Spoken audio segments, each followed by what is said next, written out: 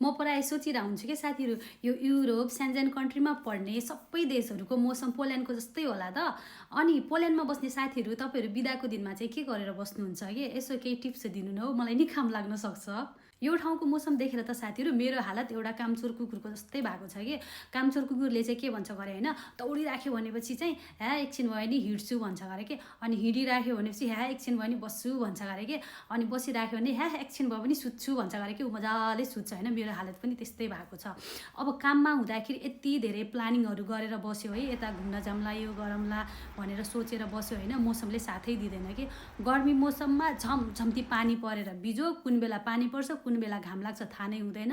अनि जाडो मौसममा भन्नुहुन्छ यति धेरै हिउँ पर्छ बाहिर, त्यो पनि शनिबार आइतबार गरेर विशेष गरेर है। बिदाको दिनमा गरिने काम नै त्यही हो साथीहरू, खाना पकाउने सरसफाइ गर्ने यति नै।